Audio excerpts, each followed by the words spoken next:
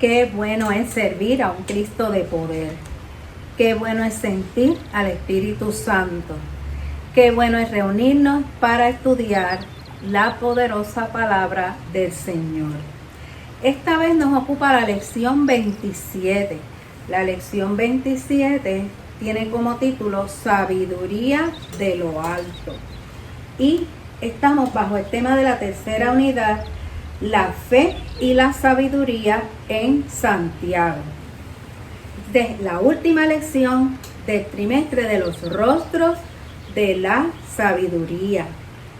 Tenemos una lección bien condensada donde se hace un resumen de todas las lecciones que hemos estudiado. Yo diría que nos ha cogido este tiempo de recogimiento de la pandemia para estudiar la sabiduría. Algún propósito tiene el Señor con cada una de las cosas que nos presenta cada vez que nos reunimos a estudiar su palabra.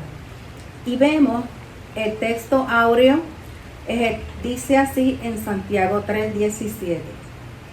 Pero la sabiduría que es de lo alto es primeramente pura, después pacífica, amable, benigna, llena de misericordia y de buenos frutos, sin incertidumbre ni hipocresía. También tiene una lectura bíblica muy abarcadora que aparece en Santiago 3, del 13 al 18, y en Santiago 5, del 7 al 12. Voy a dar lectura en la versión popular. Dice así la palabra del Señor. Si entre ustedes hay alguno sabio y entendido, que lo demuestre con su buena conducta, con la humildad de su sabiduría le da. Pero si ustedes dejan que la envidia les amargue el corazón y hacen las cosas por rivalidad, entonces no tienen de qué enorgullecerse y están faltando a la verdad, porque esta sabiduría no es la que viene de Dios, sino que es sabiduría de este mundo, de la mente humana y del diablo mismo. Donde hay envidias y rivalidades, hay también desorden y toda clase de maldad.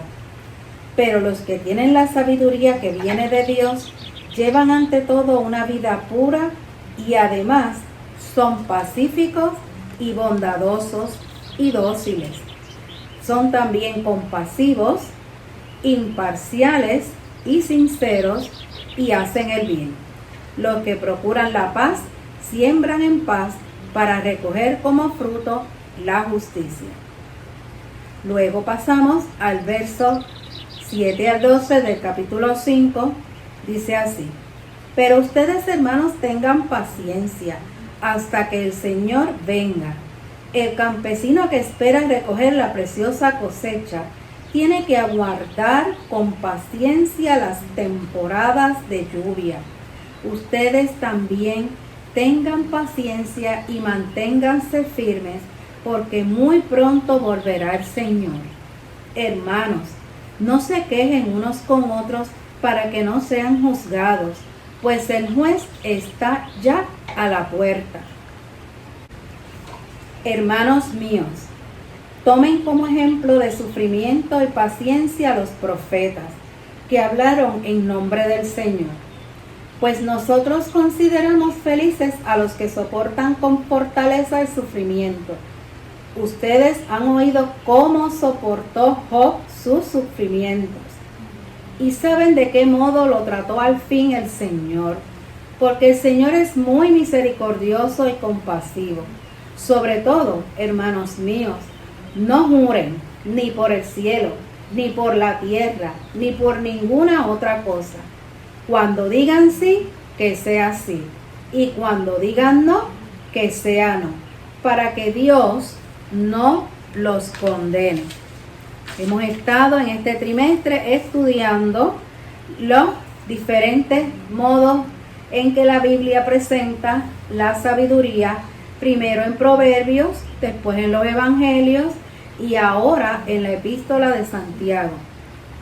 Durante este tiempo hemos hablado mucho acerca de la verdadera sabiduría y de los caminos, así como de los falsos caminos y el falso atractivo de la necedad.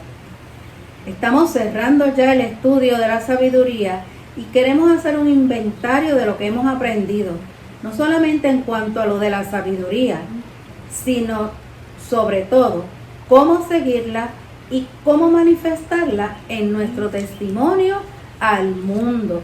Y esta lección tiene 3 objetivos. Como les dije primero, ¿verdad? Es repasar y reafirmar lo que hemos aprendido acerca de la sabiduría. El segundo objetivo, hacer un rápido inventario de los modos en que seguimos los caminos de la sabiduría y otros en que nos apartamos de ellos, como individuos y como iglesia. Y finalmente, comprometernos unos con otros y todos con Dios a buscar y seguir caminos de sabiduría. El bosquejo de esta lección divide la lección en 5 grandes temas. El primero, la sabiduría y la conducta. El segundo, la falsa sabiduría. El tercero, la sabiduría de lo alto. El cuarto punto, la importancia de la paciencia. Y finalmente, la importancia de la integridad. No queremos pasar con el hermano Richard sin antes ver la definición que aparece en el vocabulario bíblico del leccionario. Esta es la definición de la palabra rivalidad. La palabra griega que se traduce aquí es eritela. Esta es una palabra poco usada en tiempos del Nuevo Testamento. En tiempos anteriores, los autores griegos clásicos la usaban para referirse a la ambición desmedida de quienes hacían todo lo posible por aumentar su poder, su influencia y sus riquezas a cualquier costo. Era una palabra muy despectiva que implicaba corrupción y abuso. Quien se dejaba llevar por esa ambición estaba dispuesto a decir cualquier mentira a fin de lograr lo deseado. Nótese que en el pasaje de Santiago hay una relación entre ese vicio y lo que él llama mentir contra la verdad. Esto nos da una idea de la seriedad con que Santiago veía la presencia de tales males en el seno de la iglesia. Pasamos con el hermano Richard López para el análisis de la porción bíblica.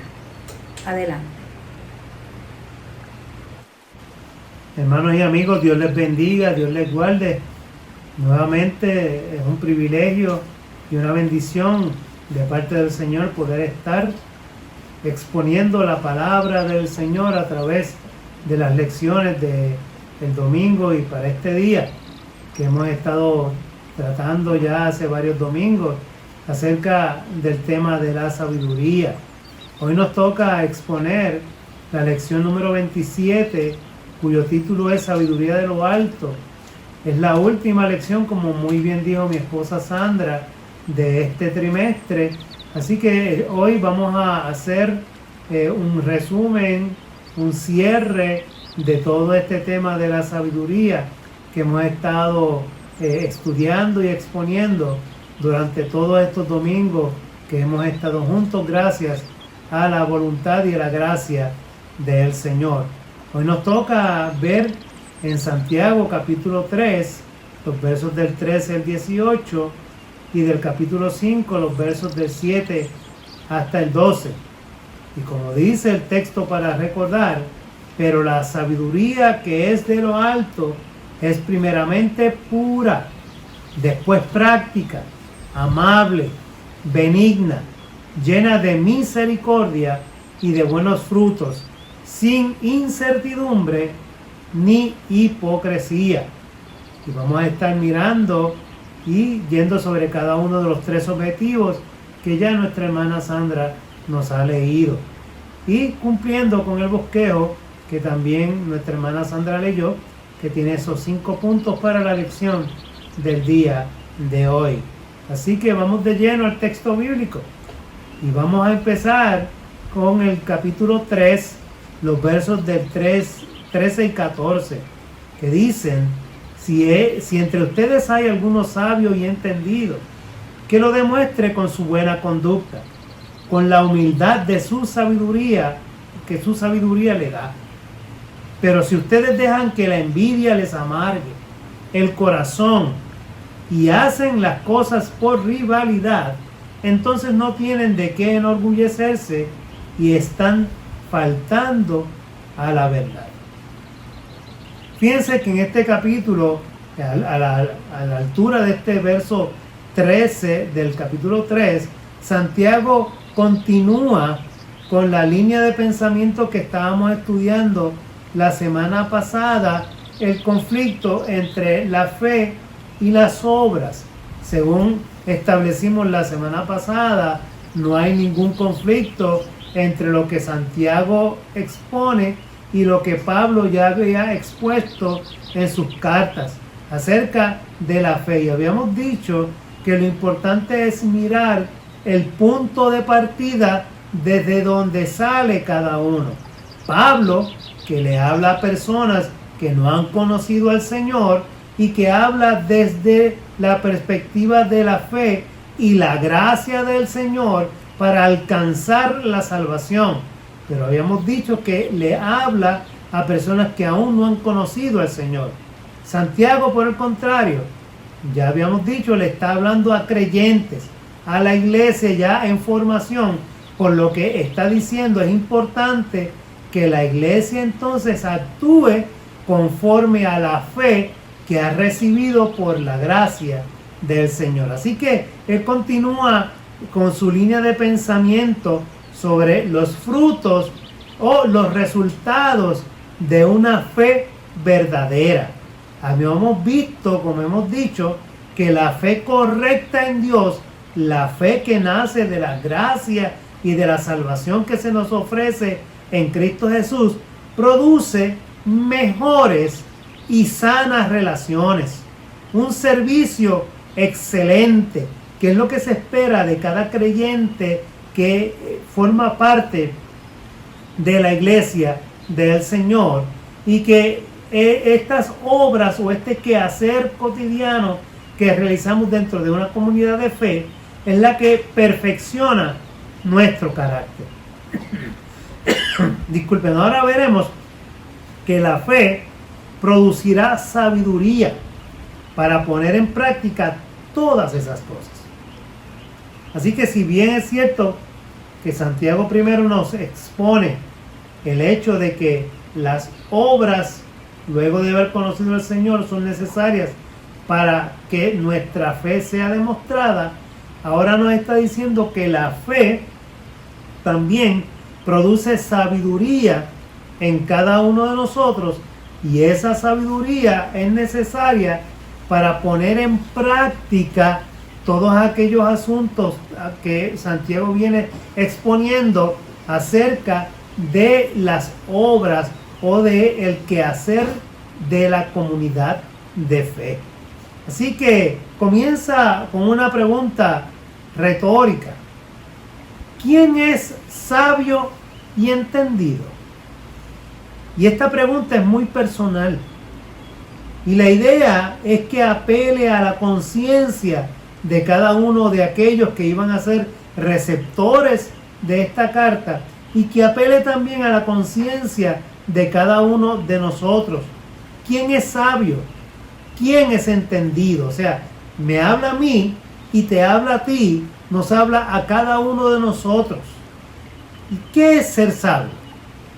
Según hemos estado estudiando desde la primera lección que vimos en el libro de los Proverbios, luego a través de la sabiduría que vimos en los Evangelios y ahora en la carta de Santiago, sabio es alguien que ha alcanzado la capacidad de aplicar el conocimiento adquirido de una manera práctica y buena. O sea, Santiago nos está diciendo a cada uno que el conocimiento de la palabra del Señor, todo aquello que aprendemos dentro de la comunidad de fe a la que pertenecemos cada uno de nosotros, todo ese conocimiento se tiene que transformar, tiene que ir acompañado de una obra práctica, de una praxis, donde las personas puedan ver cómo el Evangelio transforma y puede ayudar con actos de misericordia y de bondad a todos aquellos que lo necesitan. Por eso, en esta parte, cuando él dice ¿quién es sabio? Pues mira, sabio es aquel que puede poner en práctica, o sea, puede aplicar lo que aprende de manera que en su vida cotidiana puede demostrar que es un siervo y una sierva de Dios. El entendido, por otro lado, el entendido es un especialista que aplica la experiencia a la vida práctica. O sea, estamos hablando que una persona entendida es una persona que ya ha acumulado suficiente conocimiento y suficiente experiencia sobre algún asunto, sobre alguna tarea, sobre alguna profesión, y ya se considera experto para poder realizar y aconsejar sobre determinada cosa.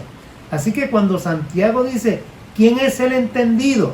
Pues el entendido es aquel que lleva mucho tiempo, es aquel que ya es un experto en aplicar su experiencia a la vida práctica. Así que cada cosa que le sucede, cada situación con la que tiene que enfrentarse, cada problema que puede llegar hasta él, puede encontrar una solución práctica, una solución inmediata, basado en el conocimiento de la palabra de Dios que ha adquirido a través de los años en medio de la comunidad de fe, como estamos insistiendo, a la que pertenece o pertenecemos cada uno de nosotros. Así que ese es el sabio y ese es el entendido.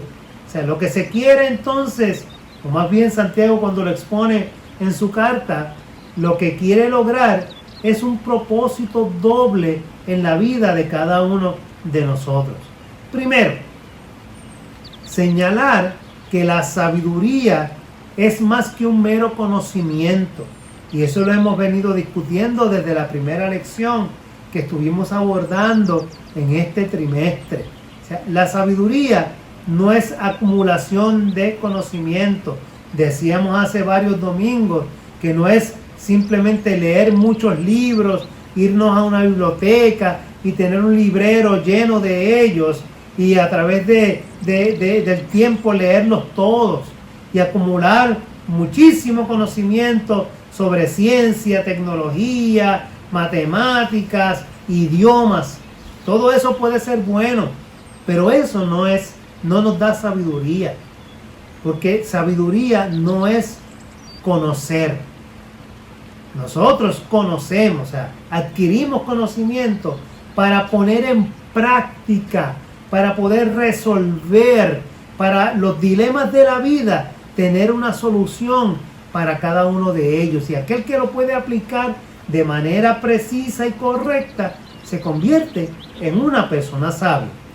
Que segundo punto importante que nos menciona Santiago a través de estos versos, es que se necesita ser intencional. O sea, nosotros no podemos decir, quiero ser sabio y me quedé ahí. Quiero ser sabio, quisiera adquirir sabiduría. Bueno, pues para eso tienes que involucrarte. O sea, cuando decimos tienes que ser intencional, es que tienes que poner manos a la obra. Tienes que entrar en el trabajo. Tienes que demostrar los frutos espirituales que emanan de una verdadera sabiduría. O sea, Pablo dice que los frutos del Espíritu son gozo, paciencia, benignidad, templanza, mansedumbre. Que contra todo esto no hay ley. ¿Por qué? Porque son formación de carácter. Por lo tanto, para adquirir sabiduría y ser personas sabias, tenemos que moldear nuestro carácter. Tenemos que afirmar nuestro carácter en la palabra del Señor y a través de ella y del Espíritu Santo convertirnos en personas espirituales que somos guiados por la palabra, por la experiencia y por el Espíritu de Dios. Así, de esa manera, entonces llegamos a ser personas sabias, personas intencionadas, sobre todo para hacer el bien, obrar con actos de misericordia y de bondad, como expresa la Escritura. O sea, hacia allá debemos dirigirnos cada uno de nosotros. En estos versos dice Santiago, bueno, aquel que dice que es sabio, aquel que dice que es entendido, pues que muestre sus obras. Y la frase que usa Santiago nos dice que no basta con decirlo, hay que demostrarlo, como estamos diciendo e insistimos en este día. El sabio no se cree las cosas. El sabio no se jacta de ser sabio, sino que simplemente vive como un sabio. Y se nota de una manera natural para todas las personas. Hay una pegatina, o en inglés un bumper sticker, que se lee en algunos carros, y lo he podido leer en algunos automóviles, que dice: si eres cristiano, que se te note. Que mire, la persona sabia se le nota, él no tiene que estar dándose golpes de pecho, ni haciendo como los fariseos, que se iban a las esquinas a orar para que todo el mundo los viera, y hablar con palabras rebuscadas para que el que lo oyera dijera: wow, qué persona tan inteligente y persona tan sabia. O sea, no, el sabio simplemente con su vida, viviendo, hablando, trabajando, haciendo lo cotidiano de su vida, demuestra lo sabio que es. Cuando una persona se le acerca para un consejo, demuestra lo sabio que es. Cuando una persona está en la crianza de sus hijos, demuestra lo sabio que es. Simplemente cuando una persona ha adquirido la experiencia y está lleno de la palabra del Señor, le sale naturalmente la sabiduría. Es lo que Proverbios insistía cuando decía: mira, hijo mío, el principio de la sabiduría es el temor a Jehová. Así que aquellos que se apegan al Señor, aquellos que se apegan a su palabra, estos terminan entonces siendo personas sabias. Es lo que Santiago nos insiste, nos demuestra en estos versos, en este día. En segundo lugar, Santiago está lanzándonos un desafío para que cada uno de nosotros, en lugar de hablar mucho de su sabiduría, o hablemos mucho de nuestra sabiduría, simplemente actuemos con fe. Así que es la fe, y es la fe lo que nos tiene que mover. Así que Santiago está lanzando este desafío para que aquellos que hablan mucho de su sabiduría simplemente lo demuestren. Y es lo mismo que con la fe, que se habló en el capítulo 2. Si no tienes obra, no sirve de mucho decir que eres sabio. Así que él está haciendo un paralelo. En el capítulo 2, Santiago decía que una fe sin obras es muerta. Y aquí hace el paralelo diciendo: pues mira, una persona sabia que no lo demuestra con sus actos, pues también es una sabiduría que no tiene prueba, porque la sabiduría tiene que ser probada a través de la conducta y de los actos cotidianos de cada uno de nosotros. Ahí es donde demostramos si somos o no somos personas sabias. Y es lo que Santiago nos enseña. Vamos a seguir con el verso 15 y el verso 16, que nos dice: porque esta sabiduría no es la que viene de Dios, sino que es sabiduría de este mundo, de la mente humana y del diablo mismo. Donde hay envidias y rivalidades, hay también desorden y toda clase de maldad. Wow.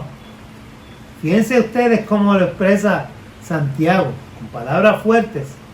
O sea, la sabiduría. Aquellos que pretenden ser sabios y no lo demuestran, eso es cosa del diablo, dice. Y eso son palabras fuertes, ¿verdad? Hace algunos años nosotros escuchábamos predicaciones de evangelistas que usaban mucho esa frase de: mira, vas a ir al infierno, eres un hijo del diablo, tienes que aceptar a Jesús, o al infierno mismo va a ir a parar. Claro, nosotros ya en este tiempo moderno evitamos usar ese tipo de argumentación para llevar el evangelio, pero ciertamente Santiago la utiliza aquí para comparar a una persona que se jacta de ser sabio, pero no lo demuestra con su manera de actuar, y le dice: pues mira que es un hijo del diablo.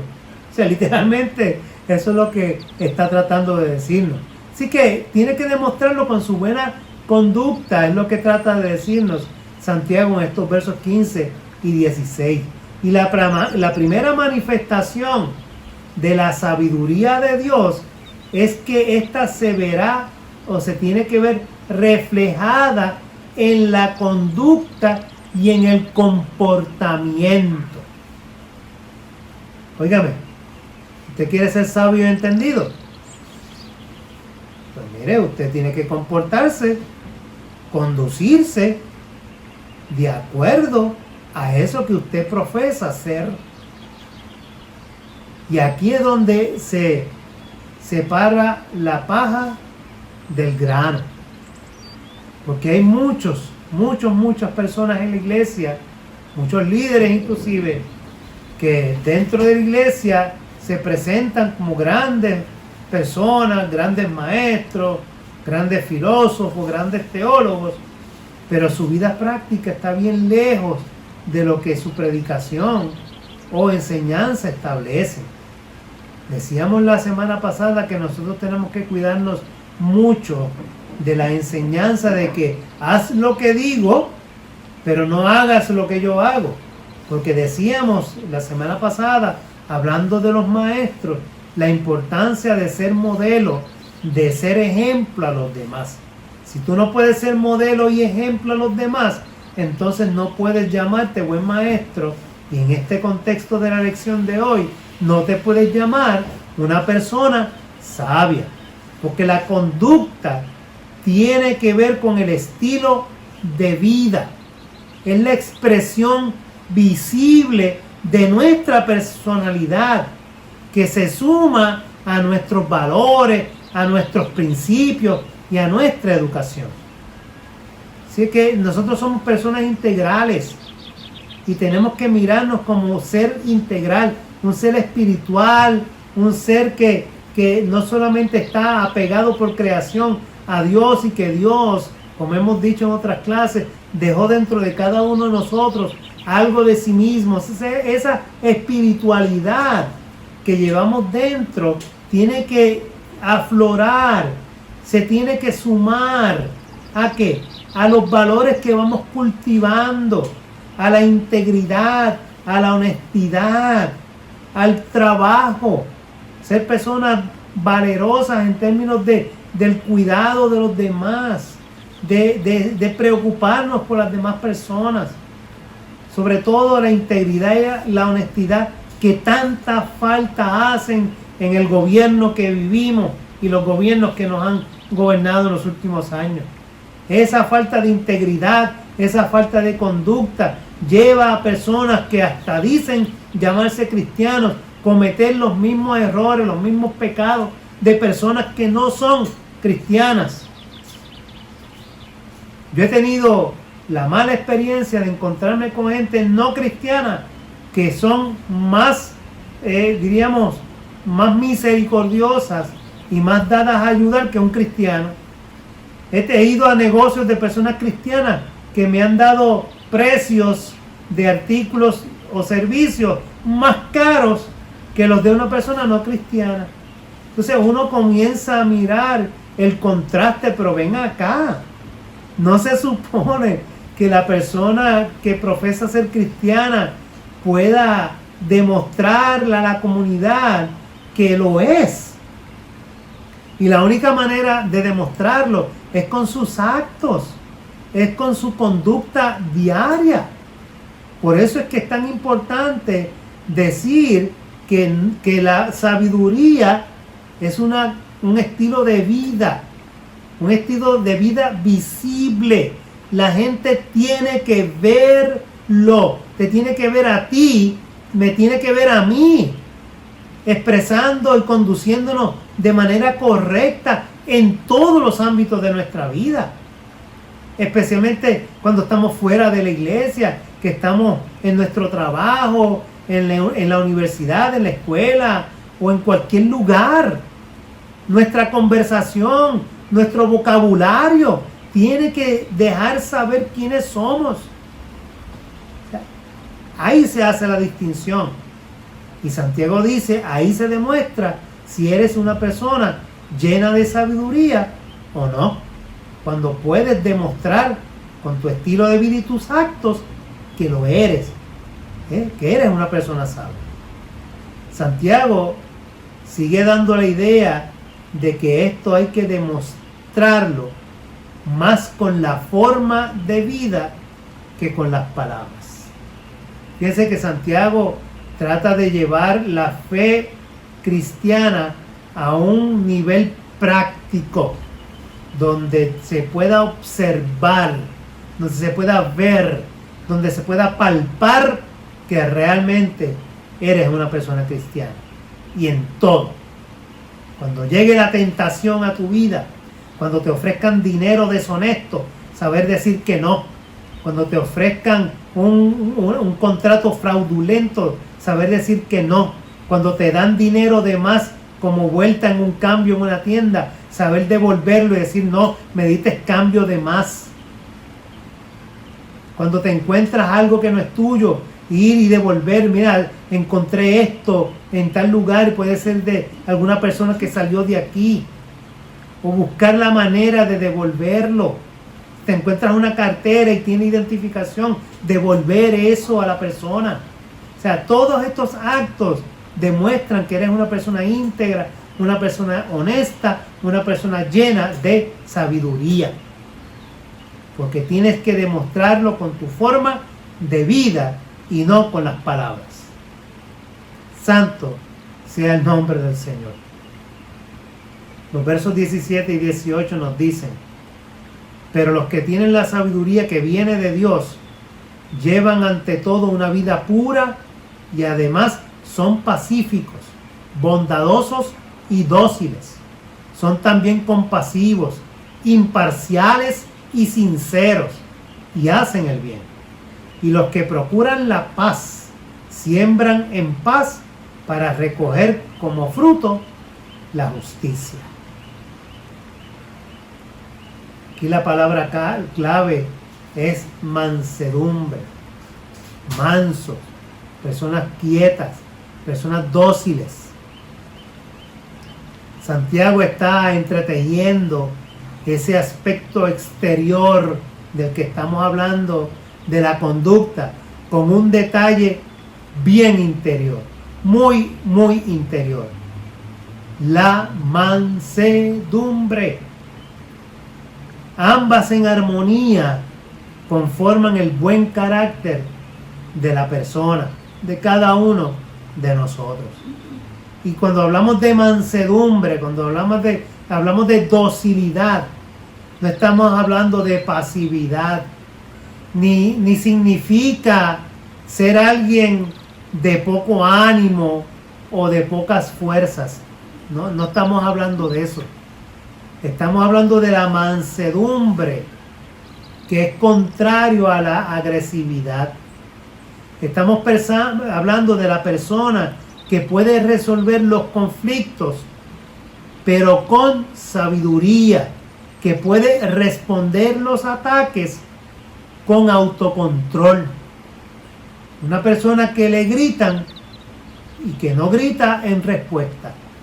Una persona que le hablan con palabras soeces, pero no contesta con palabras soeces. Una persona que le intimidan y puede recibir ese acto de intimidación con tranquilidad y responder de manera adecuada, sin agresividad.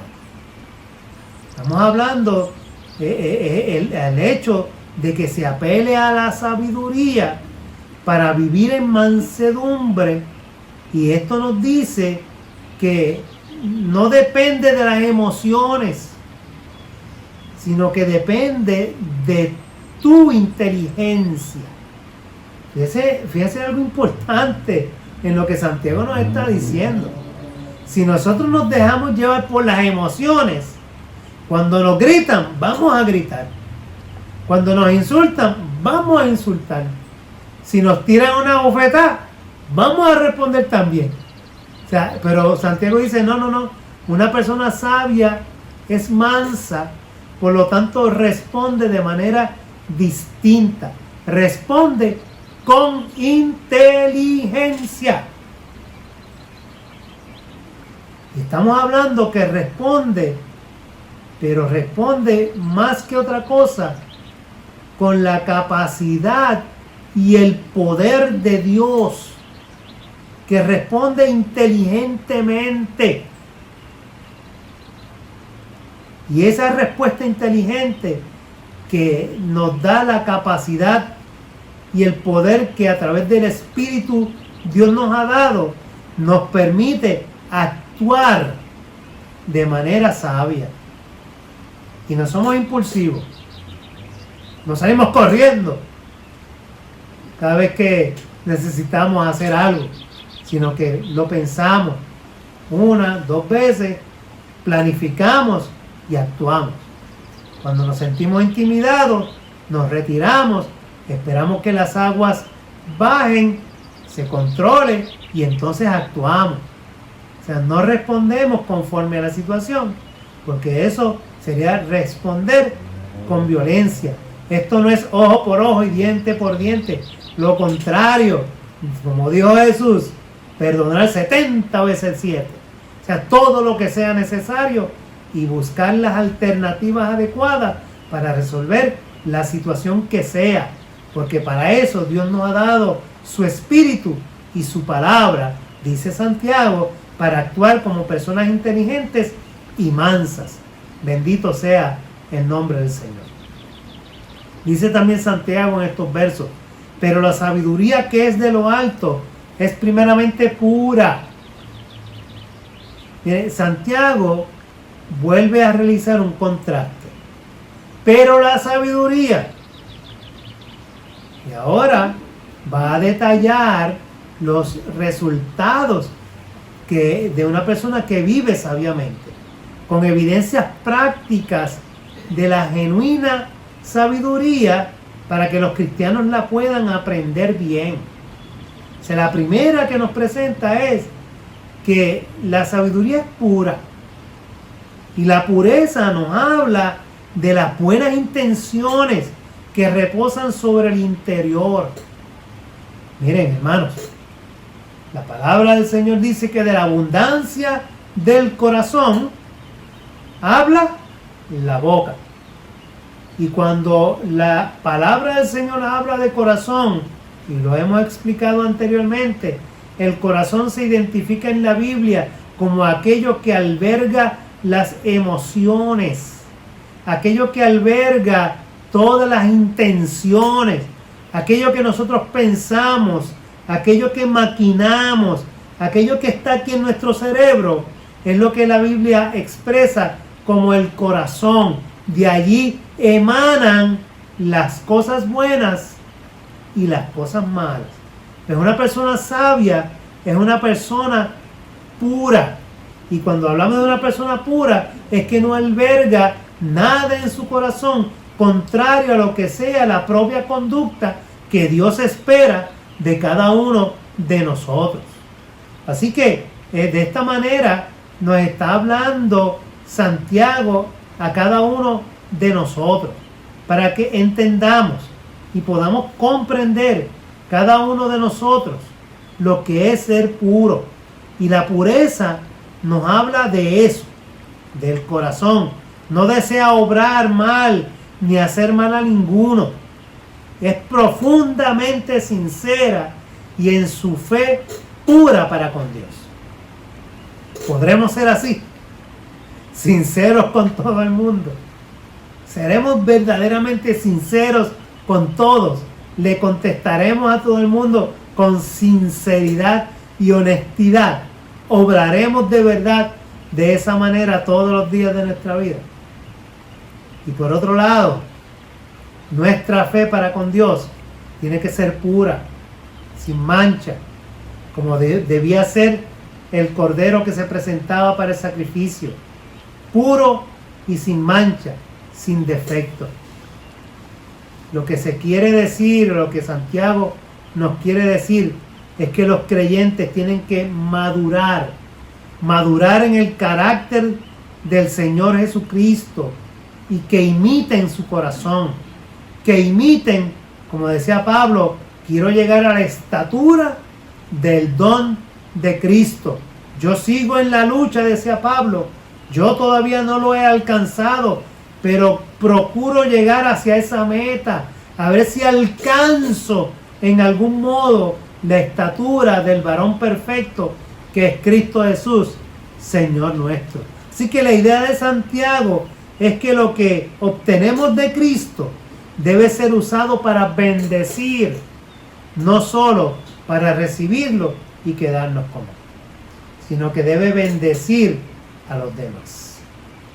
De esa manera expresamos nuestra sabiduría. Preciosa la palabra del Señor. Ya saltando el capítulo 15, versos 7 y 8, Santiago nos dice: pero ustedes, hermanos, tengan paciencia hasta que el Señor venga. El campesino que espera recoger la preciosa cosecha tiene que aguardar con paciencia las temporadas de lluvia. Ustedes también tengan paciencia y manténganse firmes, porque muy pronto volverá el Señor. Hermanos, no se quejen unos de otros para que no sean juzgados, pues el juez está ya a la puerta. Hermanos míos, tomen como ejemplo de sufrimiento y paciencia a los profetas que hablaron en el nombre del Señor. El verso 11 y 12 nos dice: pues nosotros consideramos felices a los que se soportan con fortaleza el sufrimiento. Ustedes han oído cómo soportó sus sufrimientos y saben de qué modo lo trató al fin el Señor, porque el Señor es muy misericordioso y compasivo. Sobre todo, hermanos míos, no juren ni por el cielo, ni por la tierra, ni por ninguna otra cosa. Cuando digan sí, que sea sí, y cuando digan no, que sea no, para que Dios no los condene. Esta imagen del agricultor que espera con paciencia me es muy particular ahora, porque en esta época de pandemia, pues nos hemos dedicado un poquito a sembrar la tierra y ya hemos cultivado un par de cositas, calabazas muy buenas, totalmente orgánicas, unos pimientitos, unas berenjenitas que tenemos por ahí. Así que damos la gloria al Señor porque hemos visto el fruto de la tierra y el obrar de nuestras manos. Y si es cierto, uno lo siembra y con paciencia espera hasta que ve el fruto. Y Santiago lo dice de esta manera, porque la sabiduría no se adquiere de un día para otro. Tenemos que trabajar y esperar hasta cultivar, fortalecernos y madurar en ella. Ya al final de esta lección, la palabra del Señor a través de la epístola de Santiago, tenemos que aplicárnosla y se aplica para nosotros tomando ejemplos del Nuevo Testamento, y habla de la palabra paciencia. Tenemos que tener paciencia, como hemos dicho, y la palabra que usa Santiago es la famosa palabra hipomone de el Nuevo Testamento, que se usa en varios evangelios y en las cartas del apóstol Pablo. Como hemos dicho anteriormente, una persona paciente no es una persona pasiva, sino que es esta persona que tiene un espíritu que le mete mano a las cosas. Y perdonen esta expresión puertorriqueña. Es una persona que enfrenta las situaciones, que le mete el pecho a los problemas, que simplemente no marca con dudas y temor en las cosas y no se queda en el dolor y en el desastre quejándose, sino que en medio del dolor, en medio de la situación, en medio del desastre que pueda estar viviendo, se levanta, surge y la fe se hace más fuerte, porque dice, mira, como dijo el mismo Job, mira, yo sé que mi Redentor vive y yo sé que mis ojos han de verle. Mira, Dios dio y Dios quitó, y sea el nombre de Jehová bendito, y se levanta.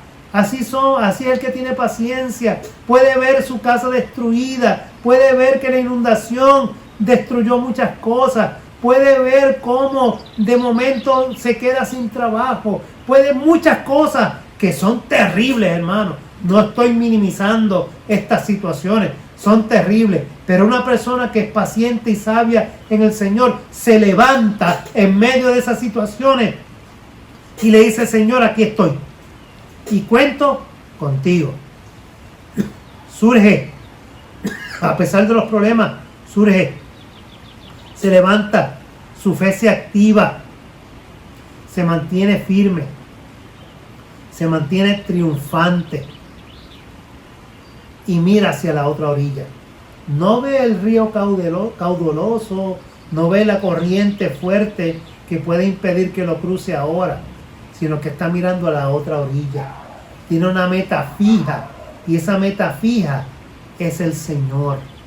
Y mientras mire al Señor, no se va a hundir, como le pasó a Pedro, que desvió su mirada cuando caminaba sobre el mar y se hundió.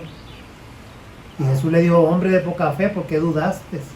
Es a nosotros, ¿no? El hombre que tiene paciencia, la mujer que tiene paciencia y es lleno de sabiduría, mira hacia adelante y se afinca, se afirma en el Señor. Es esa fe que nos mantiene firmes y triunfantes. Como dice Job, el Señor bendijo, dice el libro de Job, en el capítulo 42, el verso 12 dice, el Señor bendijo el postrer estado de Job más que el primero. Había sufrido, pero el Señor le bendijo mucho más cuando se levantó y triunfó en medio de la prueba. Habrá momentos, hermanos, en la vida cuando pensemos que Dios se ha olvidado de nosotros. Pero si cada uno de nosotros nos aferramos a nuestra fe, a ese Dios que ha prometido estar con nosotros todos los días hasta el fin del mundo, nosotros también vamos a comprobar que Dios es muy benigno y muy misericordioso con nosotros. Al final obtendremos la victoria. El pasaje termina con un consejo. No juren. No juren por el cielo, no juren por la tierra. Simplemente no juren. El punto de vista aquí es que todas las palabras que se dicen en la presencia de Dios deben ser ciertas. Estamos hablando delante de Dios. Y tienen que estar de acuerdo con el cristiano. Y tienen que estar de acuerdo. Y se debe, miren, hermano, esto es importante. Al cristiano se le debe conocer como una persona de honor, que cumple con su palabra. Así que, si tú eres una persona de honor, que estás lleno del Espíritu de Dios, tú no tienes que jurar, porque tú vas a ser una persona de palabra, porque estás lleno de la presencia del Señor. Por eso es que dice Santiago, tú no tienes que jurar, no tienes que jurar por nadie, porque tú eres una persona de palabra. En estos días, nosotros estábamos hablando con una persona para una transacción comercial, y esta persona nos dice, mira, yo pues estamos de acuerdo, no me tienes que dar ningún adelanto, yo confío, lo mío es de palabra. Si ustedes me dicen que sí, yo vengo tal día y hago el trabajo y no tienen que darme nada de dinero en adelanto. Y nosotros les respondimos, cuenta con nosotros, porque también somos personas de palabra. O sea, todavía hay personas que empeñan su palabra como un compromiso y un contrato. De hecho, en términos legales, a la hermana Legna, cuando escuche esta lección, nos puede corregir que hay contratos totalmente verbales que se validan en el tribunal. O sea, no tienen que ser por escrito, también hay contratos verbales. Así que, en ese sentido, Santiago nos dice que una persona cristiana, su palabra es suficiente. Por eso él dice que tu sí sea sí y tu no sea no. Pero no andes con ambivalencias ni con ambigüedades. Tienes que obrar en rectitud. Y eso es lo importante para ser considerado una persona sabia. El Nuevo Testamento no condena todos los juramentos. O sea, no es que esté condenando los juramentos. Ahora digamos que en el tribunal no podemos jurar y todas esas cosas, porque ya hay unos procesos que son civiles y tenemos que ser parte, ¿verdad?, obedecer las leyes en un sentido. Lo que el Nuevo Testamento y Santiago está condenando es la tendencia del ser humano a la falsedad, a la mentira. Eso es lo que Santiago dice que no debe pasar con un cristiano.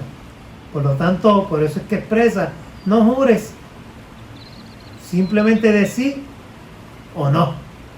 Y no seas una persona falsa, sino que afirma la verdad a través de tu conducta y de tus hechos.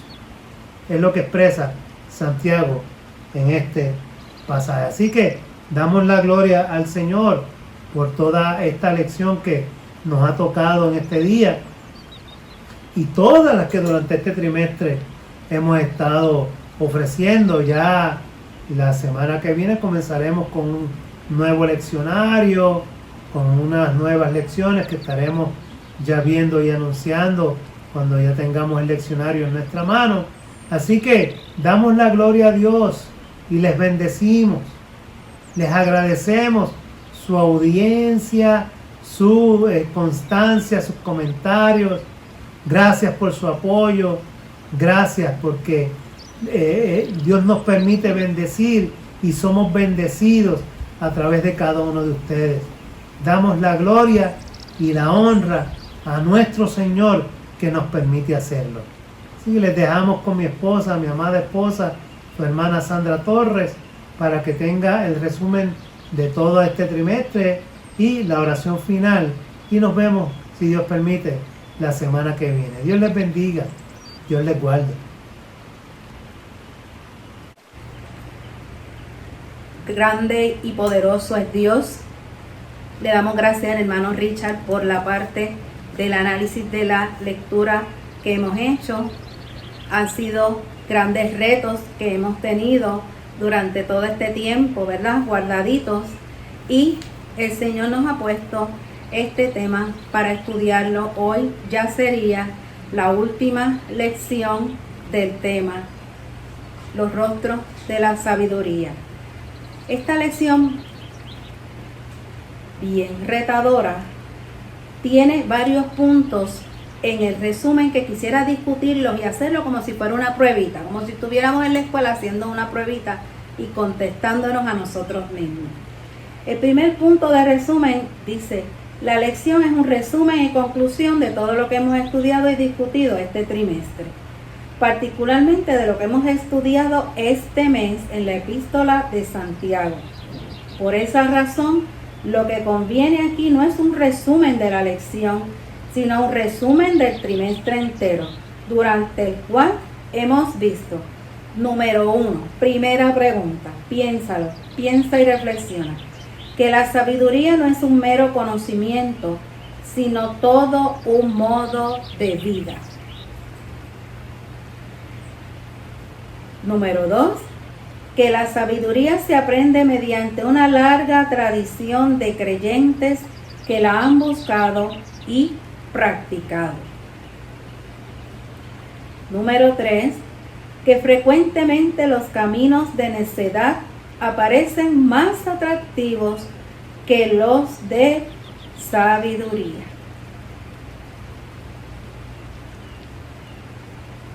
Y el 4, que en la comunidad de creyentes la sabiduría se manifiesta de varios modos muy concretos.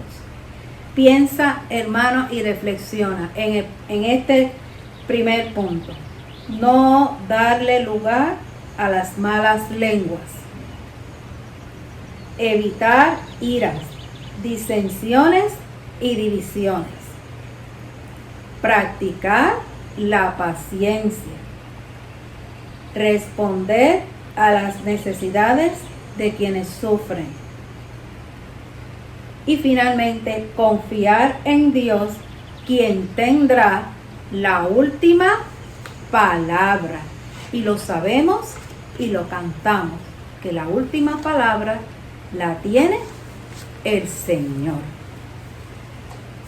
Vamos a dar por finalizada la lección con la oración que va a aparecer también en las pantallitas de ustedes. Esta oración vamos a hacerla nuestra, vamos a hacerla y vamos a repetirla cada vez que sintamos necesidad de verdadera sabiduría y de verdadero control de lo que son nuestras emociones. Oremos. Gracias, Dios nuestro, porque nos enseñas sabiduría a través de tu palabra, que la comunidad de la iglesia y de una larga cadena de personas sabias. Perdona nuestras necedades cuando nos apartamos de tus caminos de sabiduría. Derrama el poder de esa sabiduría sobre tu iglesia, de modo que pueda dar el fiel testimonio de tu verdad y sabiduría. Sobre todo te lo pedimos en el nombre de tu sabiduría hecha carne, Jesucristo nuestro Señor. Amén, amén. Hermanos y amigos, cuídense mucho. Dios los bendiga.